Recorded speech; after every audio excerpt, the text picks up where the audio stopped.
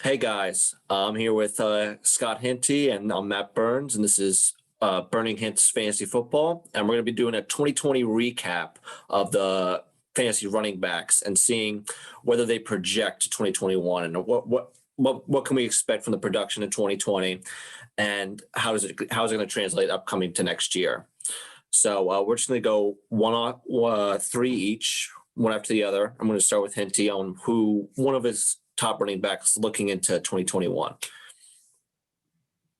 right, I'm going to start with who should still be the number one on your draft board, even though he was hurt the entire year, and that's Christian McCaffrey. Um, it really sucked the fact that it was like, oh, will he be back this week? Nope. All right, will he be back this week? Nope. Will he be back this week? No. And then when he was fantastic. He averaged he had 22, 27, and 32 points in the 3 games he played this year. No one points per game, no one else matched him. And I think Mike Davis actually was also a very interesting piece here. Mike Davis is not elite, but he finished as the RB 15 on the year. And I think that shows a lot. He's not going to be back in Carolina next year because it's going to be CMC again. But if CMC does go down, the backup will have value. And I think it's just the Panthers running back will have value. It's the most important thing to take away from this. And if it's CMC, he will be the number one running back again. It's funny because the Panthers, anyone but the quarterback pretty much has value, because it's crazy how much the wide receivers were producing, but for some reason Teddy Bridgewater was terrible. It didn't make that much sense. But yeah, the one thing I always look at whenever I'm looking at fantasy players is I try to ignore the total sometimes and just look at the average, and it's just hilarious because he just skyrockets like 5 points above everyone else. And this was the year for CMC to sort of I think they sat him more than they would have in other years. Mm-hmm. They weren't any good. Why waste a running back's good years just beating himself up? So, we'll see who's that quarterback, but I don't think it's going to matter really. He's going to, if it's Teddy Bridgewater again, you're going to get the dink and dunks, and he's going to get his PPR, especially if you're in PPR, it's going to be huge. I don't really think. I think I always love to bet on the guy that just got injured, because probability says he'll probably be safe. There are some guys that after a while you stay away from, but him and certain guys like Kenny Galladay, you'll see later. Guy on a free agent, doesn't really sure he wants to play. Seems like a year to bet while his value is still a little bit lower. But CMC is still going to be a top 3. But I agree. Number one, hands down. I don't see who you could take over him. Yeah. There's question marks around other people, and we'll get to that at some point. But I'm going to go with my first one, which is a little bit odd. And I think I'm going to go with Clyde Edwards-Helaire from the Chiefs. And just looking at the stuff, you'll say this doesn't make any sense. His carries went down as the year went on. He was sort of looking like he was going to be great because everyone was pushing him to the top 2 rounds last year, and he went off to a great start against the Texans, but everyone did. But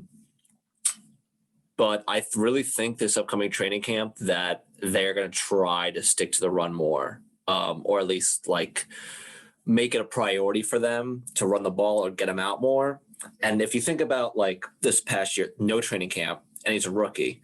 So you got to think about basically he's going to have a full off season, and rookie, almost anyone. It was weird for him because it's usually the opposite of the way it works. It's usually the first half you don't get your touches, and then the second half you do, which will come with a couple other guys later. But I think that after that beatdown, they're going to say we need at least some running game, 15 carries.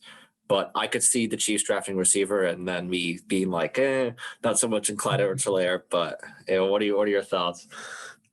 I'd say my biggest highlights of Clyde Edwards-Helaire is I think if he was not drafted as a top 5 running back, he should not have been a first round running back with where he finished. I think he finished RB 14 or outside the top 10. I know that for a fact. But he only had one receiving touchdown all year, and he had my bad. He had 4 rushing touchdowns. Like, that's going to go up. Like, he's not going to stick to that. And I think you throw in those extra touchdowns, I think that's going to have a massive impact on like where he finishes. And I think the biggest question is will the Chiefs try and do what they did the past 2 years where they go out and grab like Lev Bell and LaShawn McCoy, like basically washed running backs that they're like, we need to stick to the run game, and they go out and get a player who can't run the ball. Yeah. And it's just Andy Reid. But I mean, the games that Lev Bell came in, those were the only games that like I think it was like the first like 3 games after like they signed Lev Bell were the only games that CEH did not get 10 plus carries. Yeah. So, I mean, Lev Bell's not coming back. And no, Lev Bell won't be there. It won't be McCoy. I mean, my joke is if you want a washed running back right now, I think it's going to be probably Todd Gurley. Yeah. Or Frank Gore. Or Frank Gore. Frank Gore's another good one. One of those they'll probably bring in, and he'll steal a couple carries throughout the season. Yeah, a good piece of advice is find where Frank Gore is and don't draft running back on that team because he'll just steal carries and you'll just be pulling your hair out. All right. So what about your second guy? All right. My second guy is Antonio Gibson, and I'm really like I'm a huge fan of Gibson. Like, I personally would put him ahead of a lot of people that I probably shouldn't put ahead of him.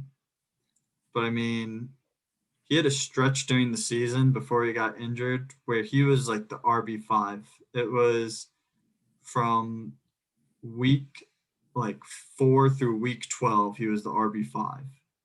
Like, that's a huge chunk of the season where he was just absolutely dominant. And I mean, and that was with him not getting like any pass volume. This is a guy in college that was not the main running back for his team. He mostly played out of the slot. So, I mean, you're looking at a guy who definitely has hands, and like next year, like I don't see, like, he's going to continue to take work away from McKissick. And if he can become a like full on like true 3-down back, like he's a top 5 guy for me if he gets the pass work. Yeah, he's like an interesting guy because he was like a receiver, but for some reason they're putting McKissick as the 3rd down back, which kind of makes sense. McKissick kind of makes sense. But one of the great things about Gibson is he's such a big dude. They're not going to be like saying, oh, we're going to find a goal line guy and steal his touchdowns. So that is amazing. And also, Ron Rivera likes to, like, even if the running game really isn't working, he'll still just keep plugging him in and just having him run down the middle. And I really like it. It's going to depend on who Washington gets at quarterback for me of how high he can go. But I mean, we said in the last podcast, I think that there's a good chance Cam Newton's going to be in Washington. And I think that'd be an awesome fit because I love the read option and I love all that. And I think they could do so many different things. And I mean, he's a power dude and Cam's a power guy.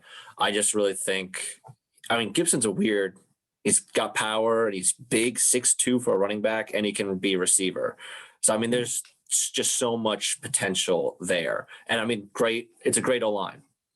So I would say personally, I would not be a fan of Cam Newton going there for Gibson's fantasy outlook. I can understand because it can be a boom or bust. You were just saying like right there where it was like they're not going to bring anyone in who's going to steal the goal line carries. Cam Newton will steal the goal line carries. I can see that. Yeah, that makes sense. Which will reduce his fantasy value.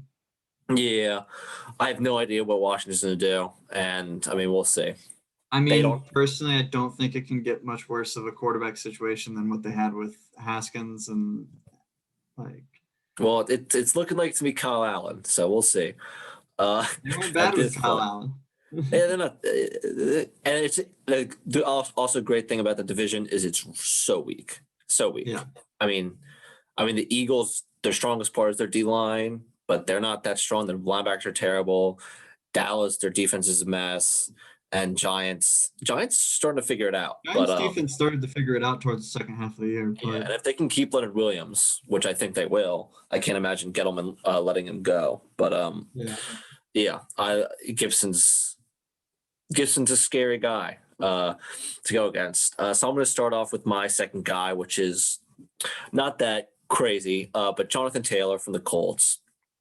I really think that the Colts with Carson Wentz are going to rely a lot on the running game because I don't think they want to go out swinging, I guess. I could be totally wrong. Frank Reich's a pretty unpredictable guy, but I really think that they're going to commit to running the ball because that was one of the best things about that Eagles team that just sort of disappeared after the Super Bowl was that kind of running game with Jay. They had Jay Ajayi almost like completely out of the league now. But they really were mixing it up a lot. And I mean, the Colts still have a crowded backfield with Hintz. And I think Marlon Mack's a free agent, so I don't think he'll be back, but I think he may have one. Agent. Okay. But I think Jonathan Taylor did enough to cement himself. And also that division, you got Jacksonville, which is still, they can't fix that defense in one offseason. Houston, which is going to be potentially even worse after being, I think maybe the worst, but one of the worst, just getting run all over the place. I mean, Derrick Henry got his 2,000-yard season basically because he played the Texans. Yeah. It's the Titans, and the Titans defense. Vrabel used to be, a tough guy, but it seems like they're sort of falling apart in the front. And Clowney was a huge bust. I think the Colts are a good team. They're going to run the ball. They're not going to have to try to rely everything on Carson Wentz, and they might not have T.Y. Hilton this year, so it might be a little bit, soft in the receiving end. So it's going to be a lot of running the ball, and hopefully he can stay healthy. Yeah, no, I completely agree. Surprisingly, Hines actually also finished as a top 24 running back last year. So, I mean, I don't think that happens again because there's no Phillip Rivers and Carson Wentz just won't check down as much. Yeah.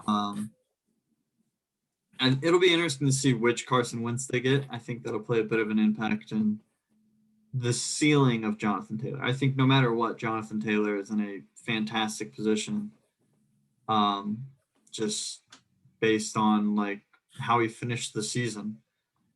They really started to get him really, they were trying to use him throughout the year, and he had that 3 games in the middle of the season where he was just awful.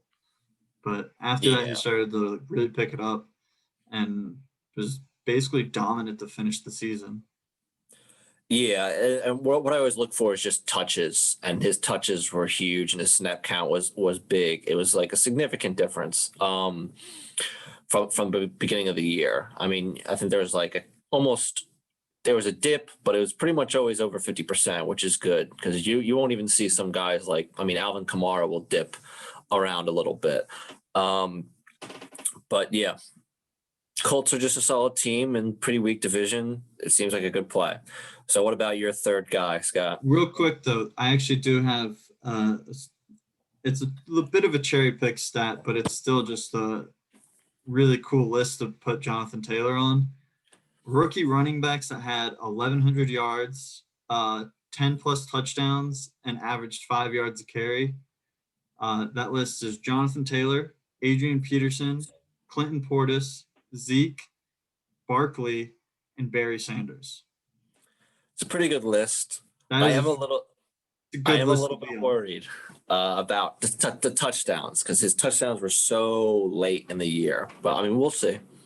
I don't really worry about the touchdowns. I mean, he had those 3 games where who was the other running back there besides Nyheim Hines and something with a J. Jordan Wilkins, I think. Yeah, Jordan Wilkins. Yeah, and they're both similar guys. I think Jordan Wilkins stole 2 or 3 touchdowns in those 3 games. Yeah, and then Hines really early on the year had that 3 touchdown game. I think it might have been the first week.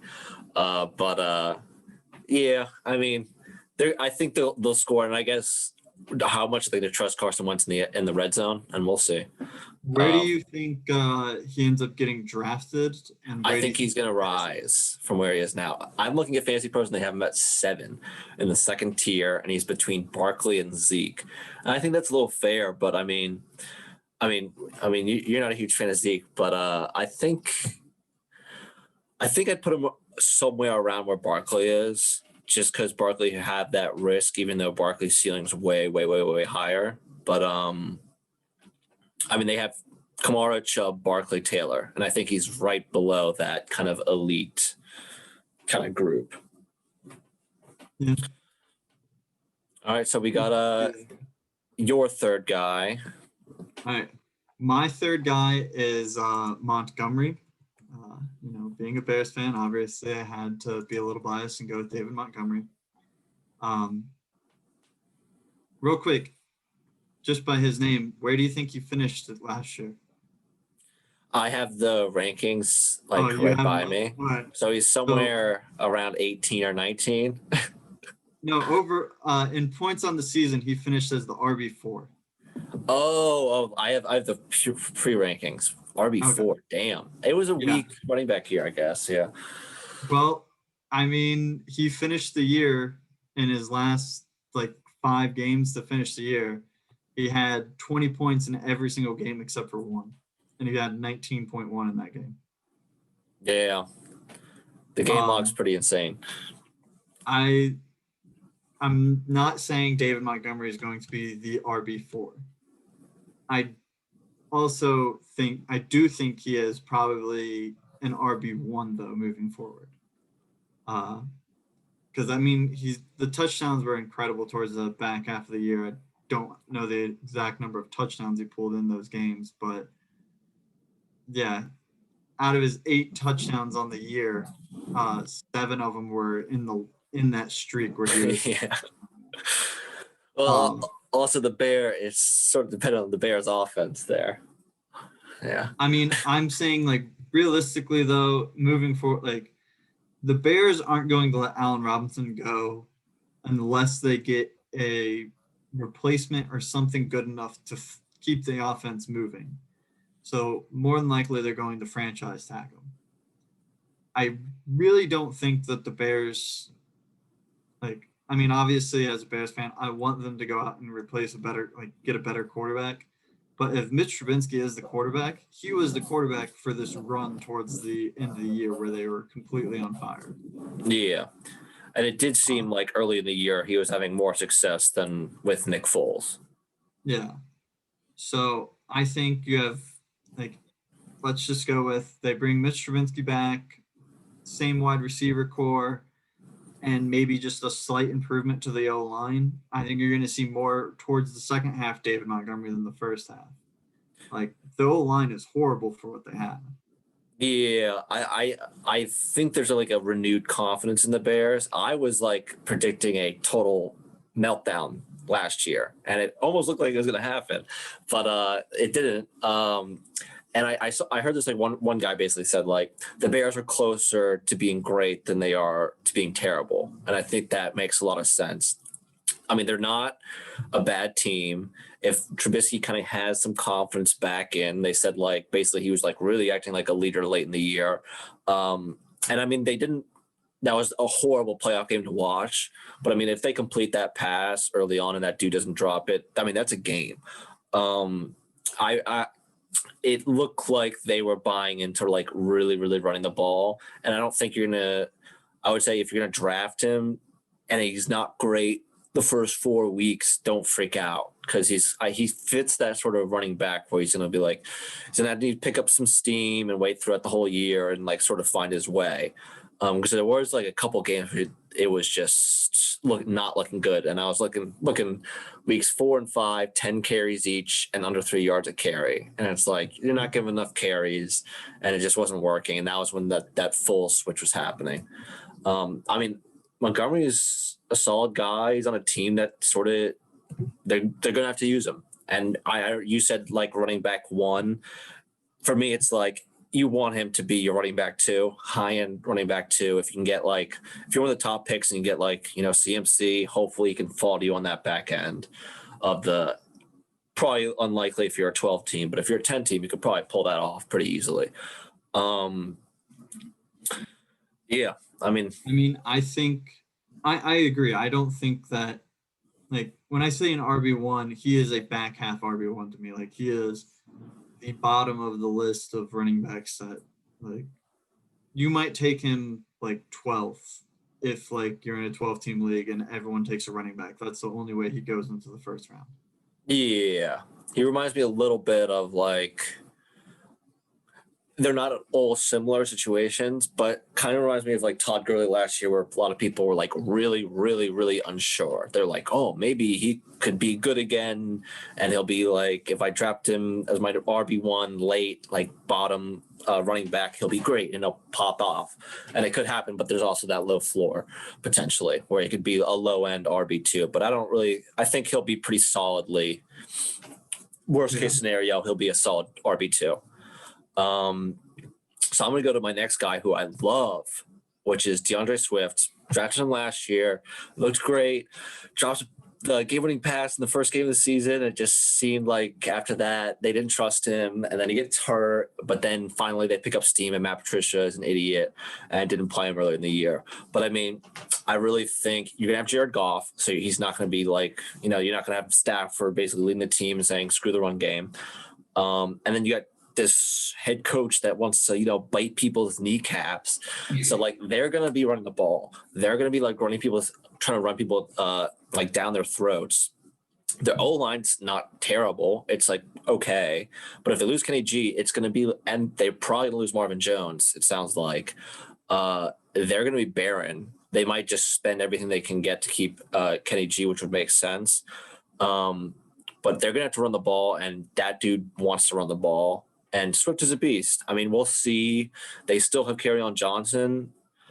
We'll see what the coaching staffs think, because for some reason Patricia just hated Kerryon Johnson. We'll see if they bring back Adrian Peterson. But it seems like, end of the year, Swift really had it, and it's sort of like that prototype rookie running back, a lot like Jonathan Taylor. Rookie running back pops off at the end of the year. He's going to have a great season, and I do think that fits, even though Detroit's going to be probably a terrible team. Yeah.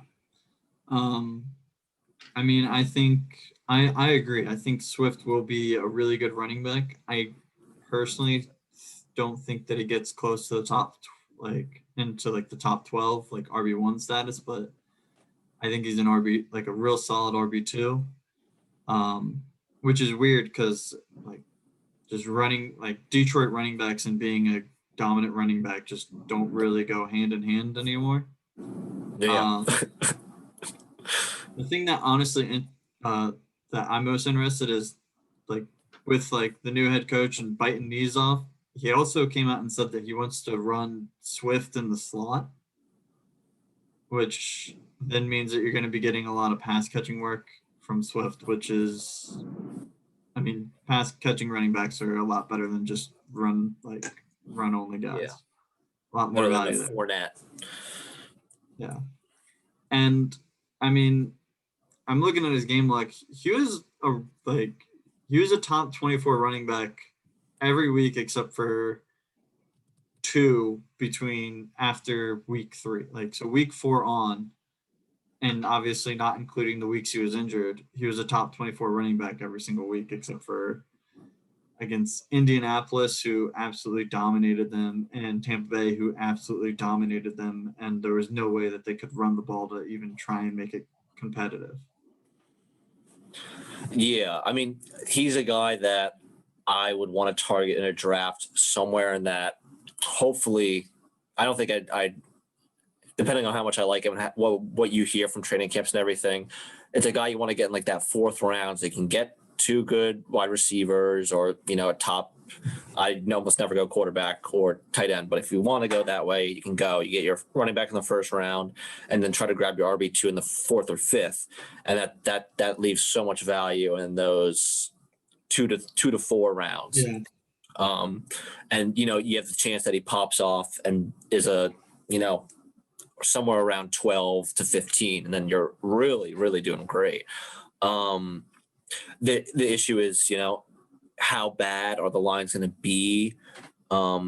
there is the like, I feel like there's a lot of new coaches that are like the motivator. They like that and there are teams that like come out of the year and everyone's like they're gonna suck, and then they play pretty well, but by the end of the year, they suck.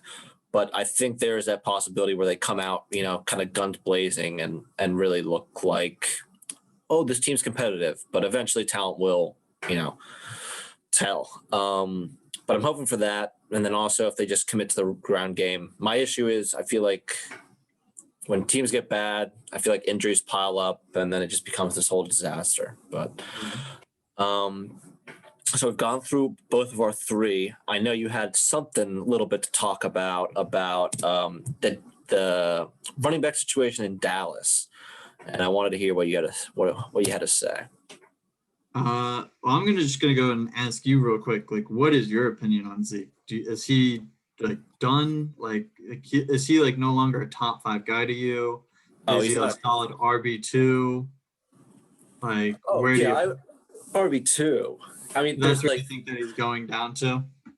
So I have like the Fantasy Pros 2021 list, and they have him at 8 between Jonathan Taylor, Aaron Jones, and Josh Jacobs. And I think that's like an okay spot, but he reminds me of, I'll say this again, and then he kind of reminds me of Todd Gurley last year, where it's like, all right, I don't really want to draft this guy, but if his value is just like high, like if I can get him at like the beginning of the 3rd round, why not? You never know, but it does look like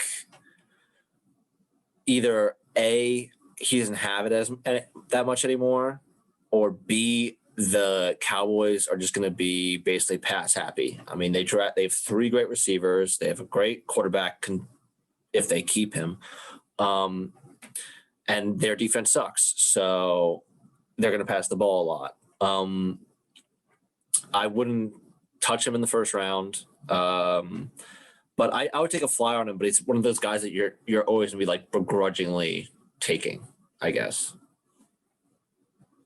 I would just so I personally still think that I think that he's still elite. I think that he still belongs to be in that category. Like, obviously not number 1, like that's CMC.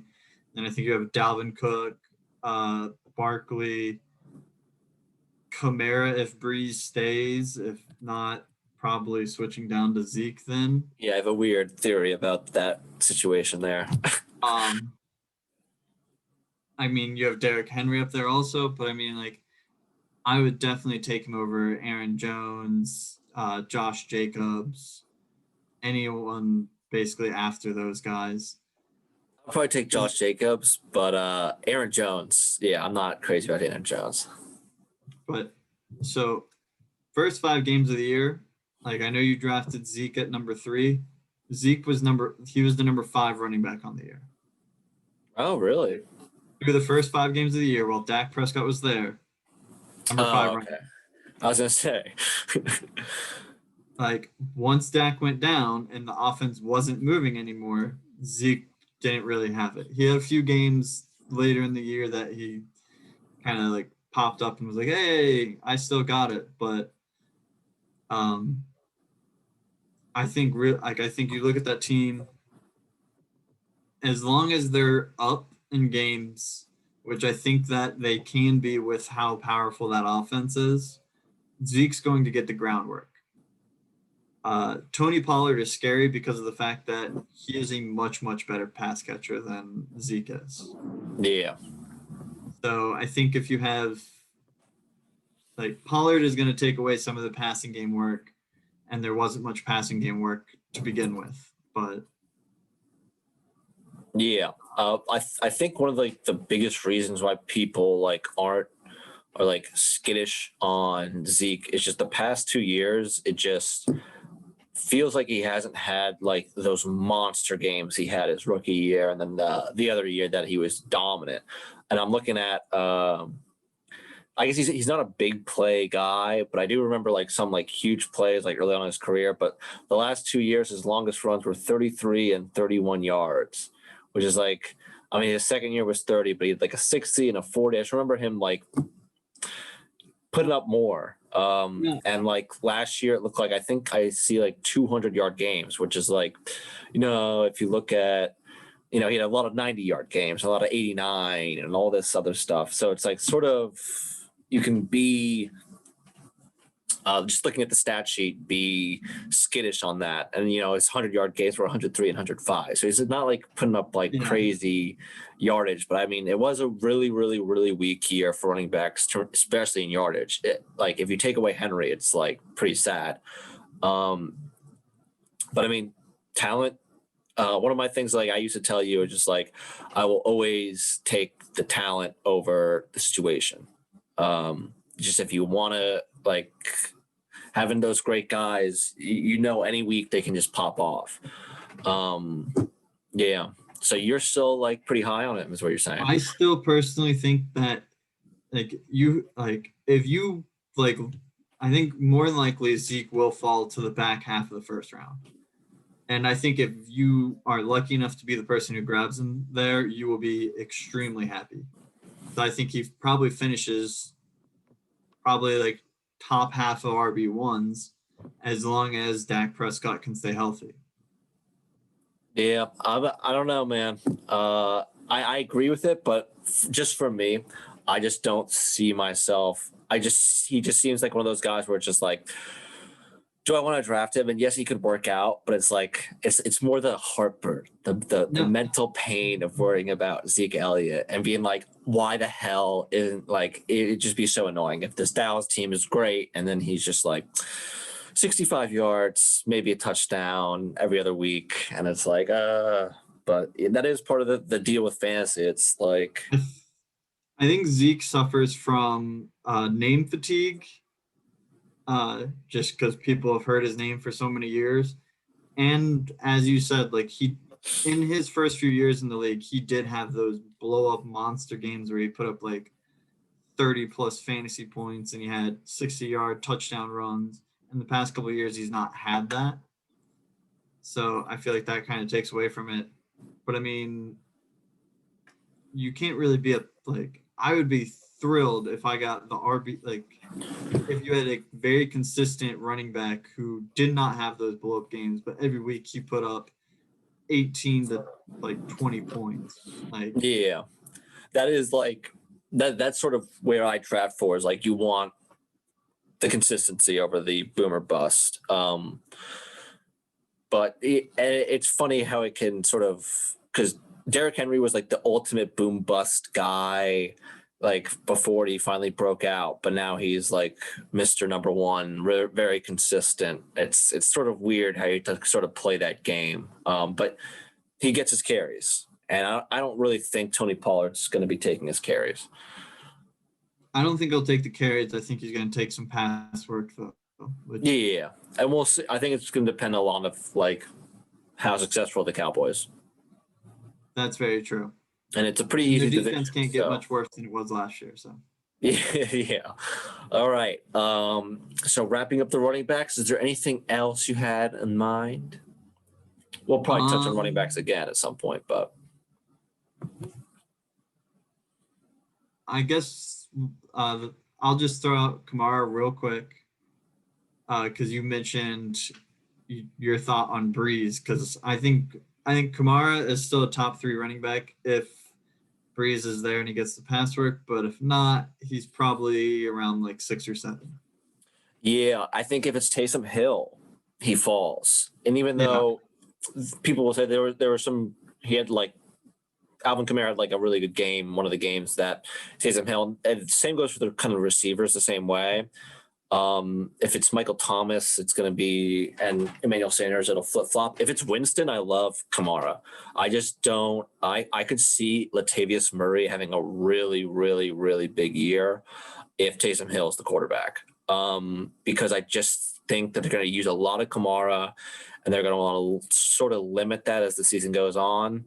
And I think Latavius Murray sort of brings a little bit more strength and like downhill, and that's how they're going to have to kind of play a little bit differently. They're going to have to run the clock more, play with their defense if it's going to be Taysom. So that's why I'm not like crazy about Kamara. And also Kamara was the number 1 running back last year, but it was 50 points in the last game. And if you drop that, he's not exactly where he's still obviously top 5-ish. But it leaves some room for me to question him and criticize and overthink it. Yeah, no, I actually completely agree with you on if Taysom Hill is the guy. I think Latavius Murray will have a lot more value than people expect, and I think Kamara falls to the back half of like your RB1s. Yeah. Like he's still going to be very good no matter what. Like you will be happy if Kamara's on your team. You're not going to be disappointed. Yeah, it's just going to be where, if you're at 8, you're going to be like, oh, maybe I can get him this time. Because usually he's the top. If you're not in the top 4, you're not getting Kamara. All right. So it was a good talking with you, Scott. And we'll see you guys next time. Good talking.